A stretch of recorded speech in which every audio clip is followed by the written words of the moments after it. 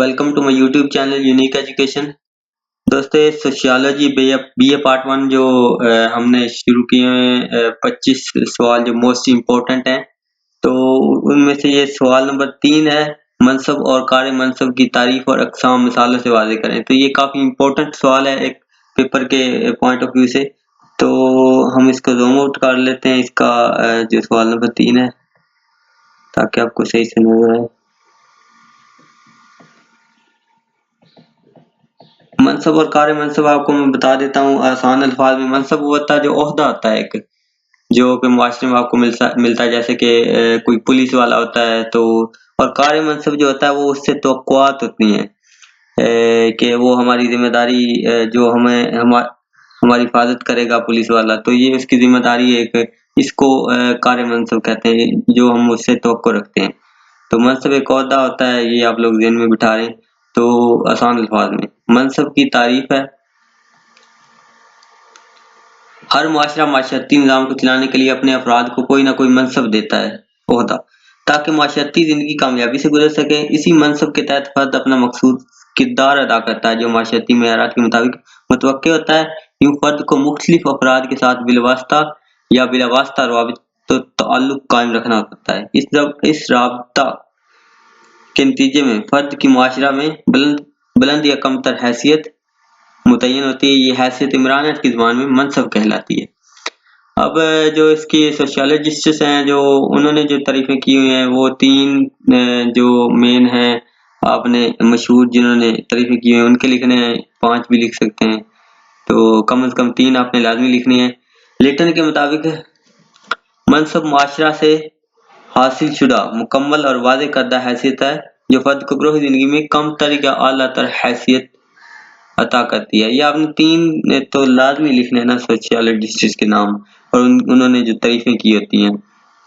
T Schaefer اور پلیم کے مطابق منصب سے مراد معاشرے کی طرف سے واضح کردہ مکمل معاشرتی حیثیت جو معاشرہ یا برا گروہ فرد کو معاشرتی زندگی میں عطا کرتا ہے اور جو ادنا سے لے کر اعلیٰ تک کچھ بھی ہو سکتی ہے.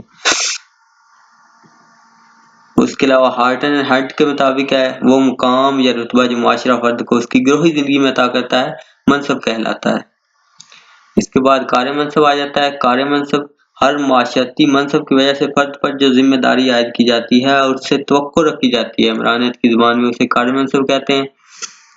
بڑا آسان سا سوال ہے یہ، اور 20 نمبر کا ہوتا ہے سوال. آپ کو پتا ہے پیپر پیٹرن میں نے بتایا ہوا ہے. 5 کویسچن آ رہے ہیں. ٹی شیفر اور پلیم کے مطابق کار منصب سے مراد فرد کا وہ معاشرتی رتبہ یا منصب جس کی بنا پر لوگ کسی فرد کی ذات سے توقعات وابستہ کر لیتے ہیں. آئن رابرٹسن کے مطابق کار منصب سے مراد کسی خاص منصب سے منسوب ذمہ داریاں اور طرز عمل کے معیاری نمونوں کا سیٹ ہے جو معاشرہ میں رائج ہوں. ہارٹن اور ہنٹ کے مطابق منصب سے منسوب فرائض کی ادائیگی کا نام کار منصب ہے. پہلے ویسے میں بتاتا ہوتا تھا، وہ صرف ویڈیو دکھا دیتا تھا تو بولتا نہیں تھا، تو کچھ اسٹوڈنٹس کی یہ ریکویسٹ تھی کہ ساتھ میں آپ پڑھ بھی دیا کرے، تو میں نے اس لیے کوئی غلطی نہ رہ جائے اس لیے میں ساتھ میں ریڈ بھی کر دیتا ہوں. تو منصب کی اقسام ہے آگے. منصب کی بھی 2 اقسام ہیں اور کار منصب کی بھی 2 اقسام ہیں. منصب کی اقسام جو 2 ہیں وہ آپ نے نسبی منصب ہے اور حاصل کردہ منصب ہے. اس کو عطا شدہ منصب یا اکتسابی منصب بھی کہتے ہیں. تو نسبی منصب نسب جیسے ہوتا ہے خاندان.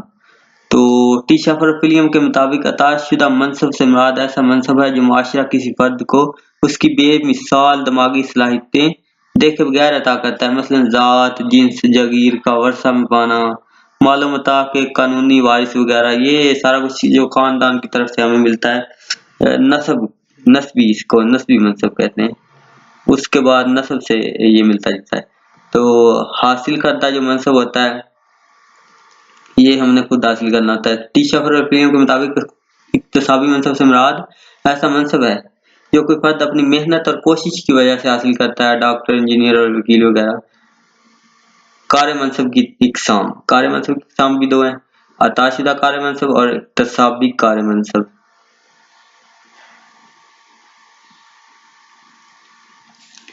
یہ آ جاتا ہے عطا شدہ کار منصب.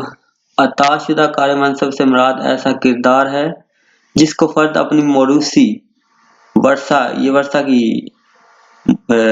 آگے پروموٹ کیا گیا حیثیت کی بنا پر ادا کرتا ہے۔ مثلا نمبردار کے بیٹے کا کسانوں سے مالیہ اکٹھا کرنا،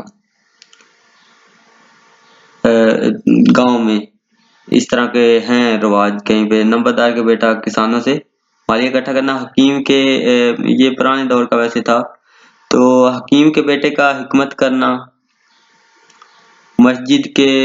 امام مسجد کے بیٹے کا امامت کرانا، لوہار کے بیٹے کا ہتھوڑا چلانا، کسان کے بیٹے کا ہل چلانا وغیرہ، یہ جو ہیں ہمیں عطا شدہ کار منصب ہیں جو کہ ایک آدمی کو ملتے ہیں زندگی میں۔ تو یہ منصب کی طرح ہی ہے، جس طرح عطا نسبی منصب ہے اور اسی طرح یہ عطا شدہ کار منصب ہے۔ اس کے بعد آ جاتا ہے اکتسابی کار منصب۔ اکتسابی کار منصب جو ہے یہ یہاں پر اکتسابی آنا تھا،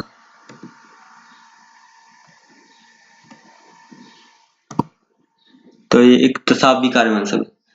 اکتسابی کار منصب سے مراد ایسا کردار ہے جو فرد اپنی قابلیت اور محنت سے حاصل کرتا ہے، منصب کے عوض ادا کرتا ہے۔ مثلا ڈاکٹر، وکیل، انجینئر وغیرہ ایک جیسی میں نے مثالیں لکھی ہوئی ہیں، اوپر بھی انہی کا ذکر ہے اور بعد میں بھی انہی کا ذکر ہے۔ تمام کے تمام اکتسابی کار منصب ہیں، یعنی اس مثال میں ڈاکٹر کا کام مریض کا علاج کرنا کار منصب ہے، وکیل کا کام قانونی بحث کرنا اور انجینئر کا کام عمارت تیار کرنا ان افراد کے کار منصب ہیں۔ تو اب ہم نے اس کو کنکلوڈ کرنا ہے۔ سب سے پہلے تو اس کی تین تعریفیں ہیں، اس کے بعد ان کی اقسام ہیں، منصب کی علیحدہ سے اقسام ہیں دو، ایک ہے نسبی منصب ہوتا ہے اور دوسرا اکتسابی منصب ہوتا ہے۔ اسی طرح سے نسبی منصب آپ کو میں نے بتایا کہ نسبی منصب جو نسب ہمیں خاندان کی طرف سے ملتا ہے، جو ہمیں ورثہ میں جائیداد وغیرہ اور ذات جنس وغیرہ شروع سے جو جنس مطلب پیدا ہوتی، تو یہ نسبی منصب کی آسان الفاظ میں جو تھی تعریف۔ تو اس کے بعد حاصل کردہ، جیسے کوئی پوسٹ وغیرہ CSS کے ذریعے کوئی حاصل کر لیتا ہے پوسٹ، تو وہ حاصل کرتا ہے اپنی محنت سے حاصل کرتا ہے۔ نسبی منصب ہوتا ہے وہ جو اس کو عطا ہوتا ہے وہ اس کو چینج بھی نہیں کر سکتا، اور جو عطا شدہ ایک حاصل کرنا ہوتا ہے، حاصل شدہ منصب وہ حاصل کرتا ہے اپنی قابلیت پر، ذہنی قابلیت کی بل بوتے پر، اپنی محنت کے بل بوتے پر وہ حاصل کرتا ہے۔ تو اس چینل کو سبسکرائب کیجیے گا، ہمارے ساتھ رہیے گا۔ ہم نے 25 کویسچن کرنے ہیں جو موسٹ امپورٹنٹ ہو گئے سوشیالوجی کے، اردو میں ہم نے کرنے ہیں۔ اس کی جو اردو میں، کیونکہ اس کا میں نے دیکھا کہ لیکچرز نہیں تھے اردو پہ یوٹیوب پہ، تو اس لیے میں نے یہ اپلوڈنگ کا سلسلہ شروع کیا ہے۔ تو اس چینل کو سبسکرائب کیجیے گا اگر آپ اس چینل پر نیو ہیں، تو میں اسی طرح سے اس کی پوری ایک سیریز لے کے آؤں گا انشاءاللہ، تو 25 کویسچنز کی، جس سے آپ کے انشاءاللہ پورے مارکس آئیں گے۔ اس میں کوئی اتنی مشکل نہیں ہے، یہ پنجاب یونیورسٹی کے حوالے سے میں تیاری کرا رہا ہوں۔